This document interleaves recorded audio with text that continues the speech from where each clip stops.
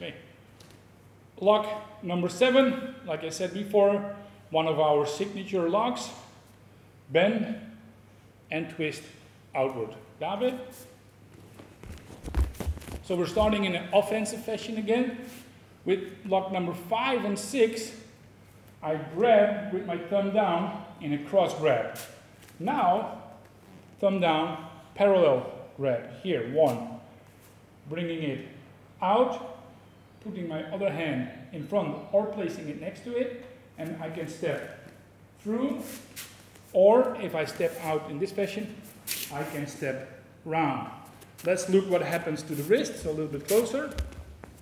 In the introduction for yellow belt, I explained, look, you can bend the wrist and then turn it outside, but this outside turn is actually a rotation from the elbow. There's also rotation possible in this direction. So what I'm doing, 1, first bending it, then rotating it.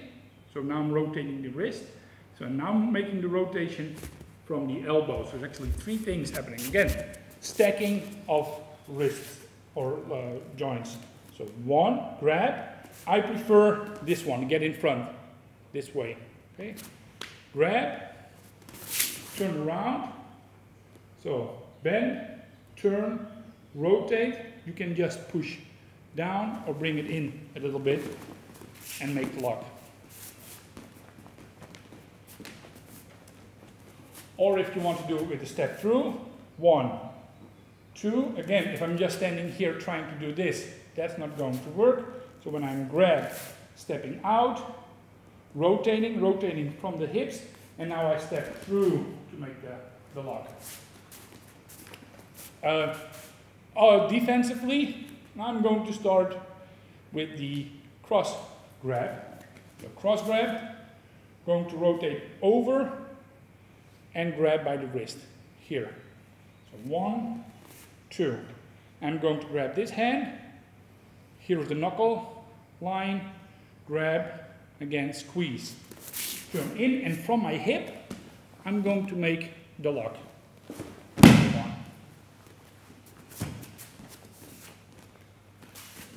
I'm going to rotate over. If he's strong and I'm just trying to rotate over, it doesn't work. So move in, out, grab, twist, and go.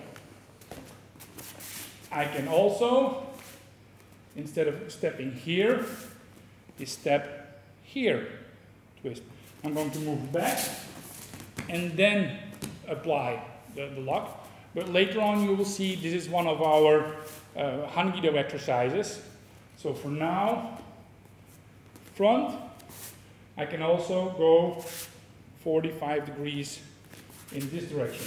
1, and then return or step through here. With some advanced falling, 1, 2, 3. There's several ways to control. If I put the hand down, place my knee on top, I'm controlling my opponent. Or another one, a little bit easier falling this time. 1, 2, here. His arm is straight. I'm placing his elbow like in front of my knee, and now I'm pulling his arm back here and control.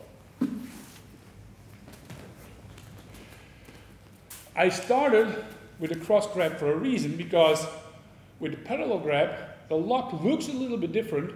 Actually, what happens to the joint is exactly the same, but on the outside, it looks a little bit different. So parallel grab, bringing it up, so I'm deflecting, grabbing, thumb, just like below the pinky knuckle, 1. And now I'm going to push my own thumb.